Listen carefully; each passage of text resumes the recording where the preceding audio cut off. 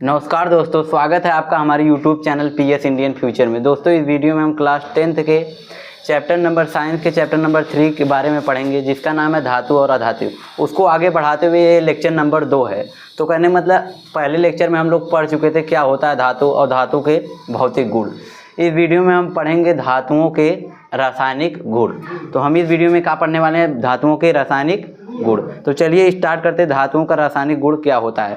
उससे पहले थोड़ा सा आपको इंट्रोडक्शन दे दें, मतलब कल वाली क्लास का रिवीजन कर दें। तो देखो क्या होता है, धातु जो इलेक्ट्रॉन त्याग कर धनायन बनाने की प्रकृति रखता है उन्हें क्या कहते हैं? धातु कहते हैं। और धातुओं के भौतिक गुण की बात करें तो भौतिक गुण मतलब फिजिकल प्रॉपर्टीज की बात करें तो उसमें फर्स्ट प्रॉपर्टी ये थी कि भाई जो मतलब कि धातुएं होती हैं, मेटल्स होते हैं, वो जनरली क्या होते हैं? सॉलिड स्टेट में एग्जिस्ट करते हैं। कहने का मतलब वो क्या होते हैं? ठोस अवस्था में होते हैं। लेकिन हमें पता है एक ऐसी धातु है जो द्रव अवस्था में पाई जाती है, जिसका नाम क्या है? मरकरी। और सोडियम, पोटेशियम कुछ ऐसी धातुएं हैं जो क्या जो चाकू से भी आसानी से काटी जा सकती हैं, जो आसानी से सोडियम और पोटेशियम ऐसी धातुएं जिन्हें हम, लिथियम भी है, जिन्हें हम चाकू से आसानी से काट सकते हैं। और इसमें एक विशेष प्रकार की चमक पाई जाती है। बोले ना कोई भाई, शांत होकर बैठे, देखे खाली ना सुने। इसमें विशेष प्रकार की चमक पाई जाती है। और दो मतलब धातुओं को या फिर धातुओं को किसी ठोस चीज़ों से टकराने पर उसमें ध्वनि उत्पन्न होती है। तो चलिए दोस्तों आज की बात करते हैं। कहने का मतलब धातुओं के रासायनिक गुण की बात करते हैं। तो उसमें पहला क्या है? फर्स्ट बनाने की प्रकृति। धनायन बनाने की प्रकृति का मतलब देखो, पहली बात इसकी डिफिनीशन भी तो यही है। वे पदार्थ वह भी बोले वे तत्व जो इलेक्ट्रॉन को त्याग कर धनायन बनाने की प्रकृति रखते हैं उन्हें क्या कहते हैं? वे तत्व जो इलेक्ट्रॉन को त्याग कर धनायन बनाने की प्रकृति रखते हैं उन्हें क्या कहते हैं? धातु।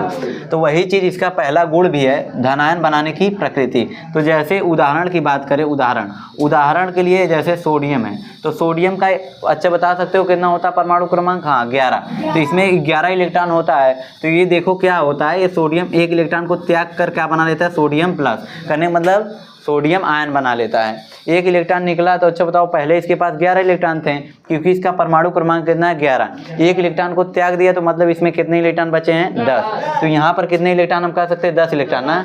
और दोनों तरफ बैलेंस करने के लिए एक इलेक्ट्रॉन जोड़ना है ना, किसी को कोई प्रॉब्लम नहीं। उसी प्रकार ध्यान से देखना, कोई इधर उधर नहीं देखेगा। मैग्नीशियम है, क्या है? एक उदाहरण नंबर 1 लिख सकते हैं, उदाहरण नंबर 2। तो ये मैग्नीशियम है, तो मैग्नीशियम 12 नंबर पे आता है। इसका परमाणु क्रमांक कितना होता है? 12। तो परमाणु क्रमांक 12 होता है, इसलिए इसमें नंबर ऑफ इलेक्ट्रॉन की जो नंबर होंगे, कितने नंबर होंगे? 12। तो ये 12 है, तो इनका मतलब कि हाँ, अब इधर आएंगे तो देखो क्या होता है? Mg2+ बनाते हैं ना। तो अब यहाँ पर देखो 12 इलेक्ट्रॉन है, लेकिन इधर 2 मतलब 2 इलेक्ट्रॉन निकाले तभी यहाँ पर कितना बना है? 2+। यहाँ पर 1 इलेक्ट्रॉन निकाले थे तभी यहाँ पर कितना बनाता है? 1+। लेकिन यहाँ पर देखो 2 इलेक्ट्रॉन निकाले हैं तो मतलब 2+। और ये 12 इलेक्ट्रॉन था, 2 इलेक्ट्रॉन निकाले तो इधर 10 ही इलेक्ट्रॉन बचा ना। अब 12 पूरा कंप्लीट करने के लिए इधर 2 इलेक्ट्रॉन को जोड़ना पड़ेगा ना। तो कहने का मतलब देखो मैग्नीशियम क्या है? इलेक्ट्रॉन को त्याग कर धनायन बनाने की प्रकृति रखता है। कहने मतलब ये भी एक प्रकार का क्या है? धातु है। अच्छा मेरे भाई, कैसे 2 इलेक्ट्रॉन त्याग है इसको भी देख लो। तो इसको जानने के लिए हमें इसका इलेक्ट्रॉनिक विन्यास आना चाहिए, जो कि कितना होता है? 2, 8, 2। किसी भी तत्व के बाहरी कोश में यदि 8 इलेक्ट्रॉन होते तो क्या होता? बहुत खुश होता। कहने का मतलब स्टेबल होता है। तो यहाँ पर बाहरी कोश में 8 इलेक्ट्रॉन पूरा करने के लिए 2 ठो निकाल देगा। अब कोई भी परमाणु जितने इलेक्ट्रॉन का निकालता है, कहने मतलब लीव करता है जितने भी नंबर ऑफ इलेक्ट्रॉन, उस पर उतना ही आता है पॉजिटिव चार्ज। तो यहाँ पर आप देख सकते हैं कितना चार्ज, मतलब 2 इलेक्ट्रॉन को क्या किया? रिमूव किया है। तो यहाँ पर कितने मतलब कि 2+ आया है। तो कहने का मतलब ये क्या है? मैग्नीशियम एक प्रकार की धातु है। तो आई होप आपको समझ में आया होगा कि धनायन बनाने की प्रकृति धातुओं में होती है। अब अगला गुण देखते हैं धातुओं के, मतलब कि रासायनिक गुण में दूसरा का गुण क्या है? धातु ऑक्सीजन से अभिक्रिया करके धातु ऑक्साइड बनाता है। चैप्टर नंबर 1 कहने का मतलब रासायनिक अभिक्रिया एवं समीकरण में आप पढ़े होंगे।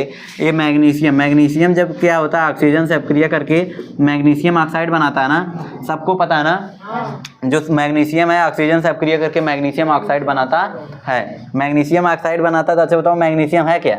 धातु है ना। ये क्या है? धातु है। जबकि ये क्या है? ऑक्सीजन है ना, ऑक्सीजन गैस है ना। ये ऑक्सीजन गैस है। अब जब ये अभिक्रिया करके देखो का धातु ऑक्साइड, करने मतलब ये मैग्नीशियम ऑक्साइड बना रहा है ना। क्या बना रहा है? Magnesium oxide. अच्छा बताओ मैग्नीशियम ऑक्साइड, मैग्नीशियम वहाँ पर क्या है, मैग्नीशियम धातु है ना, अभी तो देख के आए हो मैग्नीशियम क्या है, धातु। तो क्या ऐसा नहीं कह सकते हैं मतलब मैग्नीशियम एक प्रकार की धातु, तो धातु ऑक्साइड बन रहा है ना, तो ऐसा कह सकते हैं कि धातुएं ऑक्सीजन से अपक्रिया करके धातु ऑक्साइड का निर्माण करती हैं। अच्छा देखो अभी हम बैलेंस पर ध्यान नहीं दे रहे हैं, लेकिन बैलेंस करना चाहें तो देखो कैसे करेंगे।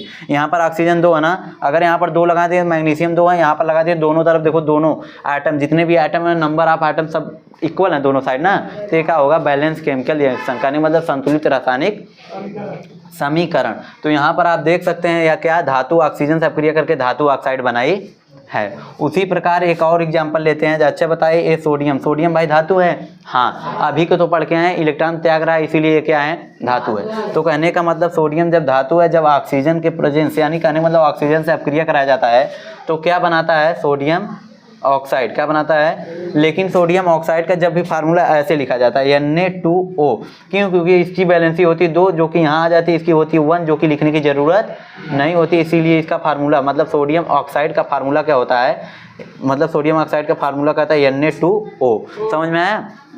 तो आगे बढ़ते हैं, कहने का मतलब धातुओं के ऑक्सीजन से अपक्रिया करके धातु ऑक्साइड बनाता है। तो ये देखो क्या बना है, सोडियम ऑक्साइड, सोडियम क्या है, धातु, सोडियम धातु है ना, तो ऐसा कह सकते हैं धातु ऑक्साइड का निर्माण हुआ है। अब आगे बढ़ते हैं मतलब तीसरके गुण पे, और तीसरका गुण क्या है। अच्छा एक चीज़ और जान लो, सारी धातुएं हैं जो कि मतलब ऑक्सीजन से अपक्रिया सामान्यतः नहीं करती हैं, मतलब क्या होती है, जो संकरी धातुएं होती हैं वही करती हैं। तो आगे बढ़ते हैं मतलब धातु के तीसरके रासायनिक गुण पर। तो चलिए देखते हैं तीसरका रासायनिक गुण है। इससे पहले इसको क्या करते हैं हम, बोला करो, क्या साफ करते हैं, क्या करते हैं, साफ। तो तीसरका रासायनिक गुण ये है, हमें पता है तीसरका गुण क्या है, इधर ध्यान से देखें। तीसरका गुण क्या है, धातु जो होती है, संकरी धातु जो होती है, धातु अम्ल से अभिक्रिया तीसरका गुण में धातु अम्ल से अभिक्रिया करके हाइड्रोजन, मतलब क्या होता है, लवण और हाइड्रोजन गैस बनाती है।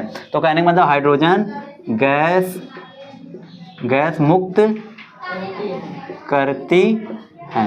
पूरा दिख रहा है ना, देखो आ रहा है ना, तो हाइड्रोजन गैस मुक्त करती है। तो इसका एग्जांपल समझते हैं। एग्जांपल के लिए देखो, अम्ल से कौन अपक्रिया करा, धातु। अच्छा बताओ ये धातु है सोडियम, सोडियम अभी को देख के आए धातु है ना, तो क्या होता है, अच्छा बताओ ये HCl है ना, जो कि एक अम्ल होता है ना, तो ये देखो अब इससे अभिक्रिया करेगा, हमें पता है सोडियम अधिक क्रियाशील है किससे, हाइड्रोजन से। तो यहाँ से जाके हटा के इनको हटा देगा ना, तो ये क्या बना लेगा, सोडियम क्लोराइड ना। अच्छा बताओ ये नमक है ना, कहने का मतलब साल्ट है ना, तो यहाँ पर क्या बनेगा, हाइड्रोजन निकल गया बाहर ना, और हाइड्रोजन अकेला ऐसे तो निकलेगा नहीं, क्योंकि क्या है, गैस है। तो गैस को हमेशा इस प्रकार से रिप्रेजेंट किया जाता है, तो समझ में आया। तो कहने का मतलब यहाँ पर कौन सी गैस बनी है, आ जाओ। तो यहाँ पर कौन सी गैस बनी है, हाइड्रोजन। तो कहते हैं धातु अम्ल से अभिक्रिया करके हाइड्रोजन गैस मुक्त करते हैं, हाइड्रोजन गैस मुक्त करते हैं। इधर से जाओ,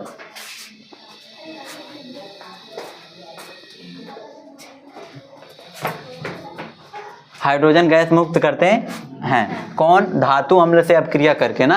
क्यों, क्योंकि देखो ऐसा नहीं सारी धातु अम्ल से। अच्छा बताओ कापर कर लेगा, नहीं ना, अरे भाई कापर थोड़ी करेगा। कापर अगर मतलब H2SO4 से कराओ, H2SO4 से, अच्छा क्या ये रिएक्शन होगा, नहीं। तुम्हारे मन में आएगा ऐसा रिएक्शन क्यों नहीं होगा ना, तो हम बताते हैं ये रिएक्शन इसलिए नहीं होगा क्योंकि जो कापर होता है कम क्रियाशील होता है, किससे, हाइड्रोजन से। जब ये कम क्रियाशील है तो इससे को हटा पाएगा नहीं ना। तो कहने मतलब यहाँ पर क्या लिखेंगे, नो रिएक्शन, क्या, नो रिएक्शन। अब तुम्हें पता होना चाहिए कैसे एक क्रियाशील अधिक है, ये कैसे कम क्रियाशील है। तो दोस्तों अगले वीडियो में, कहने का मतलब अगले जस्ट वीडियो में मतलब क्या होगा कि हम जब बताएंगे क्या क्रियाशीलता श्रेणी, क्या क्रिया, जो इसे संक्रियता श्रेणी भी कहते हैं, उसको बताया जाएगा। तो आपको पता चल जाएगा कौन सा तत्व अधिक क्रियाशील है, कौन सा कम ना।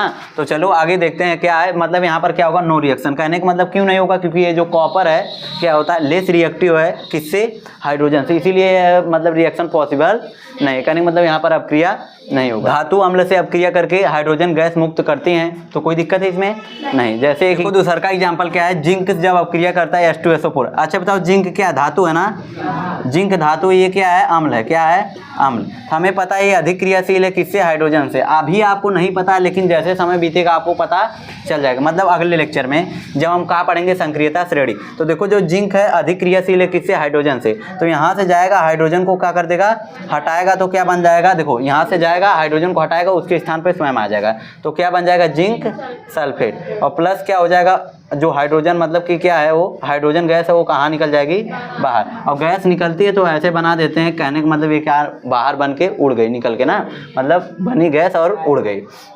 तो आप देख सकते हैं क्या, धातु ऑक्सीजन से अपक्रिया कर, मतलब धातु जो है अम्ल से अपक्रिया करके वहाँ से हाइड्रोजन गैस बनाती है। तो ये कहा था तीसरा गुण, धातु का एक तीसरा रासायनिक गुण था। अब चौथा देख लेते हैं, चौथा रासायनिक गुण क्या है, चौथा रासायनिक गुण का हाइड्रोजन से अपक्रिया, हाइड्रोजन से अपक्रिया करके धातु हाइड्राइड बनाता ना, कहने मतलब हाइड्राइड बनाता ना। तो देखो जैसे बात करें चौथा गुण की, चौथे गुण की, चौथा गुण नहीं चौथे गुण की, चौथा गुण क्या है, चौथा गुण नहीं चौथे गुण, तो चौथा गुण क्या है भाई, हाइड्रोजन से ये सब तुम लोग बोला करो ना, हाँ हाइड्रोजन से अभिक्रिया। तो जैसे हम हाइड्रोजन से अपक्रिया करते तो बताओ क्या बनता है, तो क्या बनता है, हाइड्राइड बनता है, क्या हाइड्राइड। तो एग्जाम्पल की बात करें, एग्जाम्पल, अच्छा बताओ, अभी बार बार बता रहे हैं, अच्छा ये बताओ धातु है, पोटेशियम भी धातु है, क्या है, धातु है। जैसे हम हाइड्रोजन से अपक्रिया कर रहे हैं, हाइड्रोजन से अपक्रिया करा रहे हैं ना, तो देखो यहाँ पर क्या बनेगा, पोटेशियम हाइड्राइड, क्या बनेगा, पोटेशियम हाइड्राइड। तो कहने मतलब यहाँ पर हाइड्राइड बन रहा है ना, तो यहाँ पर पोटेशियम हाइड्राइड, लेकिन अगर यहाँ पर सोडियम होता तो देखो सोडियम हाइड्राइड बन जाता ना, अगर यहीं पर कैल्शियम होता तो कैल्शियम हाइड्राइड बन सकता ना, लेकिन यहाँ पर क्या लिया पोटेशियम, तो पोटेशियम हाइड्राइड बना है, क्या, पोटेशियम हाइड्राइड। ये पहला एग्जांपल था, कहने मतलब ए। अब बी में देखो इसका दूसरा का एग्जांपल, ये कैल्शियम है ना, कैल्शियम ऑक्सीजन मतलब किससे, हाइड्रोजन से अपक्रिया करके देखो क्या बनाएगा, कैल्शियम हाइड्राइड, क्या बनाएगा। अच्छा बताओ क्या ये सूत्र सही लिखे हैं, नहीं, क्योंकि देखो इसका मतलब जो इसकी बैलेंसी 2 होती है ना, तो इसका यहाँ पर जाएगा ना, तो कहने का मतलब ये क्या होगा, कैल्शियम हाइड्राइड का सूत्र ए होगा ना। तो ये है कहने का मतलब, ये हाइड्रोजन से अपक्रिया किसका, धातु से। धातु जब हाइड्रोजन से अपक्रिया करते तो हाइड्राइड का निर्माण करते हैं। तो ये था का मतलब कि ये था मतलब कि धातुओं का रासायनिक गुण। दोस्तों आई होप आपको समझ में आया होगा कि दोस्तों मतलब कि धातुओं के रासायनिक गुण क्या होता है। यदि वीडियो पसंद आए तो प्लीज़ वीडियो को लाइक और चैनल को सब्सक्राइब जरूर करें।